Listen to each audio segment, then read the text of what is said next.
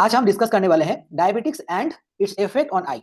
तो पहले हम डिस्कस करेंगे डायबिटिक्स क्या होता है, डायबिटिक्स का प्रिविलेंस मतलब डायबिटिक्स पूरा का पूरा इंडिया में या डायबिटिक्स पूरा वर्ल्ड में कितना परसेंटेज लोगों को है। उसके साथ साथ डायबिटिक्स कैसा क्यों कौन सा रीजन की वजह से हो रहा था। उसके साथ साथ जो डायबिटिस है डायबिटिस का क्या साइन सिम्टम्स हो सकता है और इसका आई में क्या इफेक्ट पड़ने वाला है, इसके बारे में हम डिस्कस करने वाले हैं इन डिटेल्स में।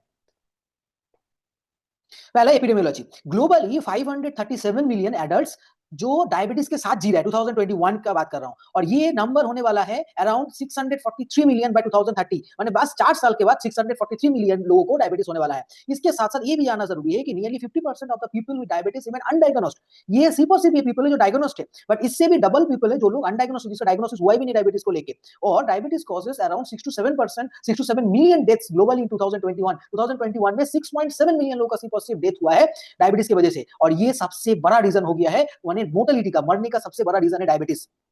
अब डायबिटीज का जो रूट मैप के लिए हम लोग जो क्या क्या चीज पढ़ेंगे डायबिटीज, पहला चीज है clinical anatomy and physiology, second diabetes types and pathology, each types के बारे में हम लोग पढ़ेंगे, सिम्टम साइन कॉम्प्लिकेशन, हमारे बॉडी के लिए कौन सा ऑर्गन में कैसा कैसा डिफेक्ट दिखाई दे रहा है वो पढ़ेंगे। डायबिटीज एंड आई में पढ़ेंगे आईलिड का क्या क्या चेंजेस हो सकता है, लेंस का क्या क्या चेंजेस हो सकता है, डायबिटिक रेटिनोपैथी में रेटिना का क्या चेंजेस हो सकता है, और लास्ट में मैनेजमेंट ऑफ डायबिटीज पढ़ेंगे। पहला चीज है हमारा जो बॉडी में पैंक्रियास होता है, पैंक्रियास में दो सेल पाए जाते हैं जनरली, एक है अल्फा सेल और एक है बीटा सेल। अल्फा सेल क्या करता है, अल्फा सेल ग्लूकागॉन को रिलीज करता है।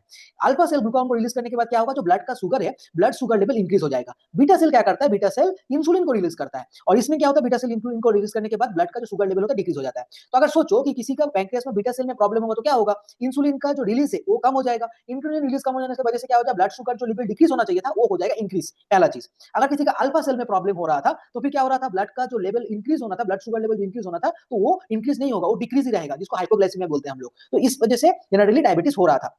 पहला चीज हम लोग पढ़ते हैं हाइपोग्लाइसेमिया, जब हमारे बॉडी में ब्लड में ग्लूकोज लेवल कम है तो क्या होगा, ग्लूकागॉन सीक्रेशन होगा। ग्लूकागॉन कहां से सीक्रेट हो रहा था, हमने यहाँ पे पढ़े अल्फा सेल से सीक्रेट हो रहा था। अल्फा सेल से सीक्रेट होने के बाद क्या हो रहा था, ये ग्लूकोज को लेके आ रहा था। ये ग्लूकोज जब आ जाएगा बॉडी में तो क्या हो जाएगा, ग्लूकोज का लेवल इंक्रीज होने के बाद फिर से अल्फा जो सेल है, अल्फा सेल को बोलेगा कि तू अभी फिर से शांत हो जा, अल्फा सेल का एक्टिविटीज को बंद कर देगा। इसी तरीके से हाइपोग्लाइसेमिया ब्लड का शुगर को इंक्रीज कर रहा है। हाइपरग्लाइसेमिया में क्या हो रहा था, जब हाइपरग्लाइसेमिया हो रहा था तो फिर ये तुम्हारा बीटा सेल को, जो पैंक्रियास का बीटा सेल है उसको एक्टिव कर रहा था, और एक्टिव करने के बाद तुरंत क्या हो जा रहा था, बीटा सेल की वजह से तुम्हारा इंसुलिन का सीक्रेशन हो रहा था। जब इंसुलिन सीक्रेट हो रहा था तो फिर क्या हो रहा था, ब्लड का जो शुगर लेवल है उसको डिक्रीज हो जा रहा था। कैसे डिक्रीज हो रहा था, क्योंकि वो जो इंसुलिन है बॉडी में शुगर को एब्जॉर्ब करा दे रहा था, उसकी वजह से ब्लड में जो शुगर का लेवल है उसको डिक्रीज हो जा रहा था। इसी तरीके से ब्लड का जो शुगर लेवल है हाइपो मेंटेन रहता है बेसिकली, ठीक है, through the help of alpha cell and the beta cell of the pancreas. तो डायबिटीज मेलिटस क्या होता है, diabetes mellitus is a chronic disease caused by inherited and और एक्यूअर